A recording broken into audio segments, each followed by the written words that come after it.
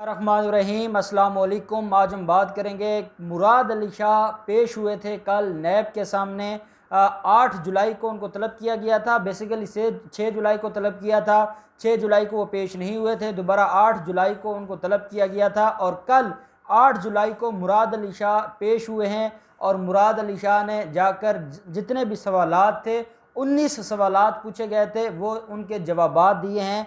इरफान मंगी जो कि डीजी नैब हैं रावलपिंडी के, उनकी क़यादत में एक इन्वेस्टिगेशन टीम थी जिन्होंने पूछ गुछ की और जिन्होंने सवालात किए और जिन्होंने जो डीजी नैब हैं रावलपिंडी के इरफान मंगी, उन्होंने बड़े अहम सवालात उठाए हैं मुराद अली शाह के हवाले से। मुराद अली शाह जिनका जवाब देने से कासिर रहे हैं। मीडिया के बाहर आकर मीडिया से गुफ्तगू करते हुए मुराद अली शाह ने यह कहा है कि उनको कुछ चीज़ों पर वजाहत ज़रूरी थी, जिनके ऊपर वजाहत तलब की थी नैब ने, और वो वजाहत करने आए थे। हकीकत यह है कि वो मुल्ज़िम थे, बतौर मुल्ज़िम उनको बुलाया गया था, उनके ख़िलाफ़ एलिगेशन है और उस एलिगेशन का जवाब देने वो कल पेश हुए थे नैब अथॉरिटीज़ के पास। अब जो एलिगेशन है मुराद अली शाह के ख़िलाफ़, वो एलिगेशन ये है कि मुराद अली शाह जब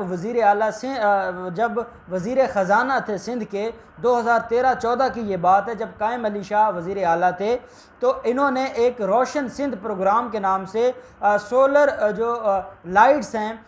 शमसी तवानाई की जो लाइट्स हैं, वो गलियों में लगाने का एक ठेका अपनी मर्ज़ी की इन्होंने जो कंपनीज थी उनको दिया। वज़ीर आला सिंध ने वज़ीर ख़जाना को लिखा कि ये कंपनी है और ठेका इनके नाम पर देना है, और उसमें से ये 4 अरब रुपए का ठेका था और 4 अरब रुपए के ठेके में से जो 9 करोड़ रुपए है वो मुराद अली शाह एंड कंपनी ने बतौर रिश्वत लिया। बतौर रिश्वत लेने के बाद 4 अरब का ठेका दिया गया और उससे बढ़कर जुल्म ये किया कि जो सोलर एनर्जी की जो वो लाइट्स थी, सोलर लाइट्स, जो मार्केट से जो उनकी वैल्यू थी, मार्केट वैल्यू थी, उससे 400% ज़्यादा मार्केट जो प्राइस है उस पर वो ख़रीदी गई थी। कि अगर एक चीज़ की कीमत 100 रुपये थी, इन्होंने वो 400 रुपये के खाते में डाली गई, हुकूमती ख़जाने के खाते में, बतौर 400 रुपये उन्होंने वो चीज़ ख़रीदी, और जिसकी वजह से ना सिर्फ इन्होंने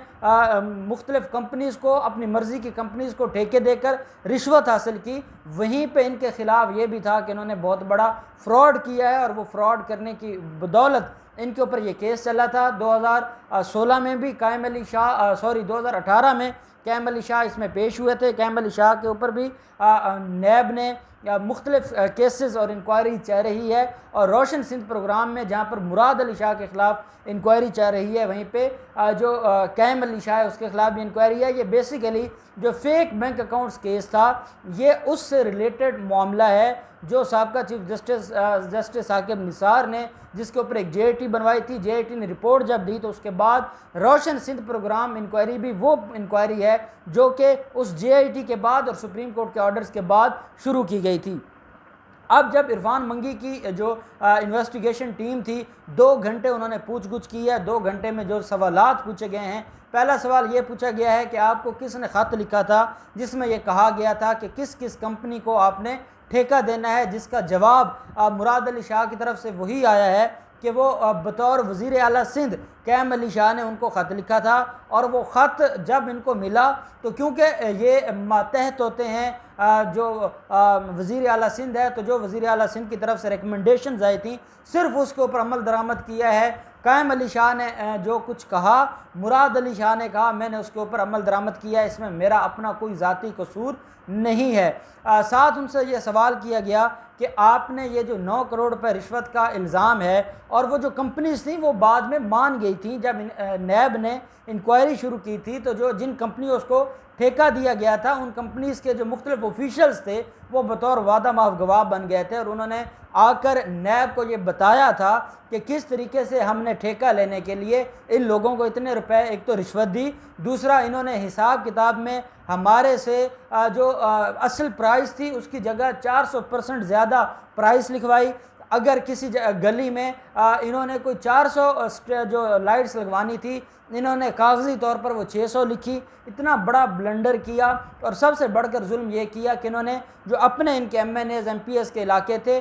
उनके डेरा जात के आगे पीछे इन्होंने वो लाइट्स लगा दी। गरीब सिंध, ये बेसिकली रोशन सिंध प्रोग्राम नहीं था, ये अंधेरा सिंध प्रोग्राम था। ये अंधेरों में डाला गया था सिंध को, और सिंधी लोगों को आज तक उन अंधेरों से निकलना उनके लिए मुश्किल हो गया है। अगला सवाल ये पूछा गया कि क्या आपके नॉलेज में है कि कितनी लाइट्स लगाई गई थी, जिसका जवाब नहीं दे सके वज़ीर ख़जाना तब के मुराद अली शाह। फिर सवाल किया गया कि उसकी प्राइस क्या थी, तो उन्होंने कहा जी मेरे नॉलेज में नहीं है। फिर सवाल किया गया कि आपने ये जो लगवाई हैं, जिस जिस जगह पर ये लाइट्स लगनी थी, क्या उसकी कोई कैबिनेट से अप्रूवल हुई थी, क्या उसका कोई प्रोसेस बनाया गया था, कोई प्रोसीजर बनाया गया था, क्या आपने उसके ऊपर कोई वर्किंग की थी? तो उन्होंने कहा जी कि जब हमने कंपनीज़ को ठेका दे दिया और हमने कंपनीज़ के ऊपर ट्रस्ट किया, और हमने जो अपने लोकल हमारी जो बॉडीज़ थी, जो हमारे लोकल बॉडीज़ के लोग थे, हमने उनसे कहा जो मुतलका DCOs हैं मुख्तलिफ़ अज़ला में, या जो तहसीलदार हैं, या मुख्तलिफ़ अथॉरिटीज़ हैं, चाहे वो रेवेन्यू की हैं चाहे वो एग्जेक्टिव अथॉरिटीज़ हैं, हमने कंपनीज़ को कहा कि उनसे पूछें और वो जहाँ जहाँ ज़रूरत होगी वो वहाँ पर लगवा देंगी। जिसके बाद ये पूछा गया कि आपने जो कंप्लीट करना था, जिसका आपने पैसे दे दिए थे, वो कितना कंप्लीट हुआ है? जिसका जवाब दिया गया मुराद अली शाह की तरफ से कि जो सोलर लाइट्स लगवाई गई हैं वो 50% लगी हैं, 50% नहीं लगी। जिसका सवाल पूछा गया कि क्या आपने मुकम्मल उनको पेमेंट कर दी थी 400 अरब की, तो उन्होंने कहा कि हमने जो उस वक्त तखमीना लगाया गया था वो 400 अरब था, हमने वो पे कर दिया था। लेकिन उसके बाद फिर कंपनीज़ ने कहा कि उनको बहुत महंगी पड़ रही हैं और उस वजह से उनको मज़ीद पैसों की ज़रूरत है। बाद में हुकूमतें चेंज हो गई और क्योंकि हमारे पास उतने ज़्यादा बजट में पैसे नहीं थे और वो काम दरमियान में रुक गया। जिसके ऊपर ये पूछा गया कि आपने क्या उन कंपनीज़ का कोई ऑडिट करवाया है, जो लोग उसमें इन्वॉल्व थे, जिन्होंने कॉन्ट्रैक्ट लिया था, क्या आपने उनका कोई ऑडिट करवाया है? जिसका जवाब भी मुराद अली शाह के पास नहीं था और मुराद अली शाह उसका जवाब नहीं दे सके। और ये 2 घंटे की जो पूछ-गुछ थी, 2 घंटे की पूछ-गुछ में उन 19-20 सवालों में से सिर्फ 2-3 सवालों का जवाब दे सके हैं मुराद अली शाह। बाकी सवालों का जवाब या तो गोल मोल किया है या ये कहा है कि मुझे याद नहीं है या मेरे नॉलेज में नहीं है। अब क्योंकि आप भी जानते हैं, हम भी जानते हैं कि मुराद अली शाह वो ख़ुद कुछ भी नहीं है, वो सिर्फ़ और सिर्फ आसिफ ज़रदारी के अहकामात के ऊपर अमल दरामद करते रहते हैं। और जो 9 करोड़ रुपए रिश्वत ली गई थी वो शायद कैम अली शाह और मुराद अली शाह को तो कोई 1-1 लाख भी ना मिला हो, बाकी जो रिश्वत थी वो तो बड़े जो करप्ट माफिया है उनके पास गई है। ये बेचारे तो सिर्फ़ और सिर्फ पैसे वहाँ से लेकर ज़रदारी हाउस तक पैसे पहुँचाने की इनकी ज़िम्मेदारी है। इनका कोई काम नहीं है, इनकी कोई रिस्पॉन्सिबिलिटी नहीं है, इनकी कोई लाइबिलिटी नहीं है। ये सिर्फ़ और सिर्फ उनके ज़ाती ग़ुलाम हैं, उनके कहने पर ये हुकूमती मामलात को चला रहे हैं। वहाँ से लेटर इनको आता है, वहाँ से एडवाइसेस आती हैं, वहाँ से इनको जो भी मामलात हैं वो बताए जाते हैं और वो मामलात ये डील करते हैं और वो मामलात ये बताते हैं। अब जब नैब ने ये कहा है, नैब अथॉरिटीज़ ने ये कहा है कि जो इनसे पूछा गया है उसका तो ये जवाब नहीं दे सके, और नैब ने यह भी कहा है कि ना ये डॉक्यूमेंट्स दे सके हैं और ना ये सवालात के कोई तसल्ली बख्श जवाब दे सके हैं। और मुझे ये लगता है कि बहुत जल्द दोबारा उनको तलब किया जाना है, और दोबारा जब तलब होगा तो वो तलबी शायद आखिरी तलबी होगी। मुराद अली शाह का मुस्तकबिल जेल में है। यह जो 400 अरब रुपए का इन्होंने 4 अरब रुपए का जो फ्रॉड किया है, ये फ्रॉड इनके खाते पड़ेगा और इनका उनको जवाब देना पड़ेगा। इसके अलावा इनके पास कोई चारा नहीं है। और इन्होंने जिस तरीके से गरीब लोगों का हक़ खाया है, सिंध के गरीब लोगों को आज भी अंधेरों में रखा हुआ है। अंदरून सिंध में कितना बड़ा रकबा है जहाँ पर आज तक इन्होंने वहाँ पर बिजली नहीं पहुँची, वहाँ पे लाइट नहीं है, वहाँ पे पानी का निज़ाम नहीं है, वहाँ थर में जो हालात हैं। और मुराद अली शाह का कोई काम नहीं है, वो सुबह और शाम सिर्फ बिलावल हाउस जाता है, वहाँ से अपने आकाओं से नए अहकामात लेकर आता है। और इस वक्त क्योंकि ज़रदारी बिल्कुल हर तरफ से उसको जकड़ लिया गया है, उसके ख़िलाफ़ केसेस मंतकी अंजाम की तरफ जा रहे हैं आसिफ जरदारी ने अपने जो खादिम हैं मुराद अली शाह, उनको एक ही काम कहा हुआ है, और वो काम ये है कि आपने वफाक को जितना टफ़ टाइम दे सकते हैं आप टफ़ टाइम दें, जितने आप 18वीं तरमीम के सम्राट हासिल कर सकते हैं वो सम्राट हासिल करें, और वफाक को इतना टफ़ टाइम दिया जाए कि वफाक हमारे साथ बारगेनिंग की पोजीशन में आ जाए, और वफाक हमारे साथ टेबल पर बैठ जाए, और वफाक हमारे साथ मामलात को बेहतर कर ले। क्योंकि अगर वफाक ने हमारे साथ मामलात को बेहतर ना किया तो ये जो सूबा है सिंध, ये वफाक की कोई बात नहीं मानेगा, ये वफाक के लिए टैक्सेस कलेक्ट नहीं करेगा, ये वफाक को कोई रिस्पॉन्स नहीं देगा, ये वफाक से बजट तो लेगा लेकिन कोई और काम नहीं करेगा। जहाँ जहाँ से वफाकी हुकूमत की जो जमात है वो इलेक्शन जीती है, उन इलाकों के साथ तो बिल्कुल ज़्यादती करनी है, उन एरियाज़ के साथ तो बिल्कुल ज़्यादती करनी है। जो कराची के लोग हैं उनकी इस वक्त ये हालत है, जितनी उनके साथ ज़्यादती हो रही है, उनके माल को खाया जा रहा है, उनके फंड्स ये अपनी मर्ज़ी के MPs MNAs को अंदरून सिंध में ट्रांसफ़र कर रहे हैं, वो सारी चीज़ें सामने हैं। कराची के लोग ये जान चुके हैं, कराची के लोग ये भी जानते हैं कि इमरान खान मजबूर है, का मुराद अली शाह कुछ करने नहीं दे रहा, डायरेक्ट वफाक वहाँ पर कुछ कर नहीं सकता, और ये सारे के सारे वो मामलात हैं जिनकी बुनियाद पर वहाँ के हालात बेहतर नहीं हो रहे। मुराद अली शाह ने जैसे